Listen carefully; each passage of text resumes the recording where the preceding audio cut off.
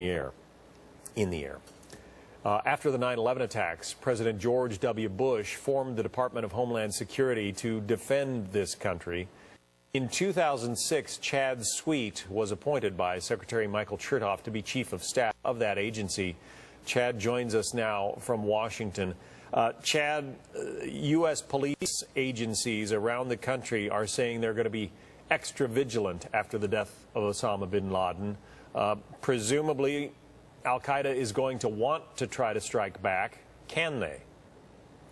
Well, they certainly can, and if you think about what we've seen in the last just 2 years, we're coming up on the 10th anniversary of 9/11, and we saw the Christmas Day bomber with Abdul Muttalib. We saw Shahzad in Times Square.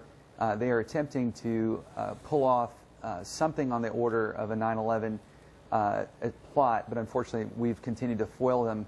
And I think what the death of Osama bin Laden will mean is that in order for Al-Qaeda to prove that they remain relevant and alive, they're going to have to do something. So the likelihood of an attack here, especially before the anniversary of 9/11, is extremely high. I guess maybe the good news is if they are going to try to pull something off, it's going to have to be a rush job. I mean, they're going to try to do something big and spectacular, I suppose. That leads to mistakes. Well, we've seen that in the case of Abdul Muttalib on the Christmas Day bomber, that they basically have appealed to a young man who really had very minimal operational training, which led, as we saw, to him not being able to successfully detonate the explosives. And the same thing with Shahzad in Times Square. So your point's well taken, John, that in these times they are going to have to rush to mobilize. But one thing we have to remember is that they can be right just 1% of the time. We have to be right 100% of the time. And because of that asymmetric threat, especially with soft targets, the potential for them to do damage is quite high. I hear what you're saying, Chad. You know, I was on the air through most of the 9/11 attacks on this network.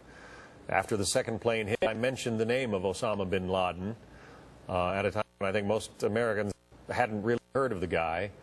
And it seemed on that morning like the sky was falling. I mean, like everything was coming to an end. Everywhere you looked, there was more mayhem.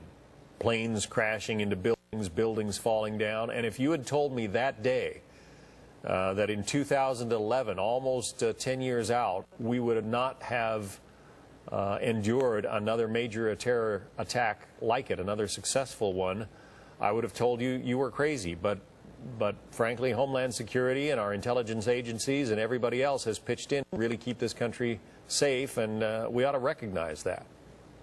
Well, you're exactly right, John. And if you look at the statistics kept by the NCTC, the National Counterterrorism Center, over 20,000 innocent men, women, and children around the world have been slaughtered by terrorists, and that's excluding all deaths in Iraq and Afghanistan. Just take the straight-up terrorist attacks. And when you think about that, those took place not just in developing countries like India or Indonesia. They took place in London. They took place in Madrid. So when you see these happening all around the world and then they're not happening in the United States, you have to ask yourself the question, why is that? And the answer has to be just luck. This is a function of deliberate policies on the part of the Bush administration, and then frankly continued in large part by the Obama administration. The continuity in the programs has been strikingly similar, and I think the fact that Osama bin Laden sought refuge in an urban city actually is a function of the Obama administration continuing the use of drones that the Bush administration pursued, that basically put tremendous pressure on the operating environment in the Northwest frontier provinces as well as in the tribal areas. So it's a great testament to the men and women of both the intelligence community, Homeland Security, and of course our armed services.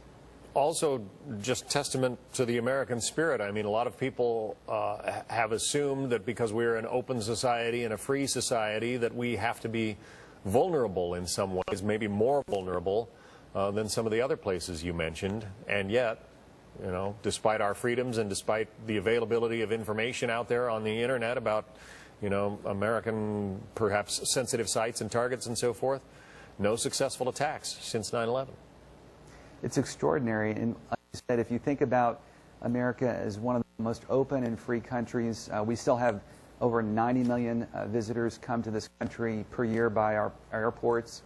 We have open mass public events, whether it's the Super Bowl or we just got through seeing March Madness. So Americans are continuing to enjoy our freedom, and I think in defiance of what the terrorists have tried to do to keep the average citizen from living their normal lives, we've continued to do that in the face of this challenge, and I think it's a tremendous testament, as you said, not only to the intelligence community and Homeland Security and our military, but to the average citizen. And if you step back and look at the success that we've had in disrupting these plots, you can see numerous examples of where they could not have been disrupted had it not been a vigilant citizen having reported or identified the threat.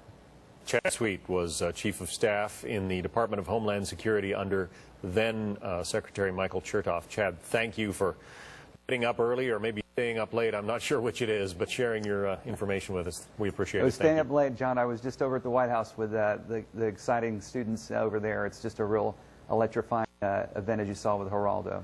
Yeah. Well, it's an exciting night, and for those of you who might just be waking up, the world has changed dramatically in the last 13 hours.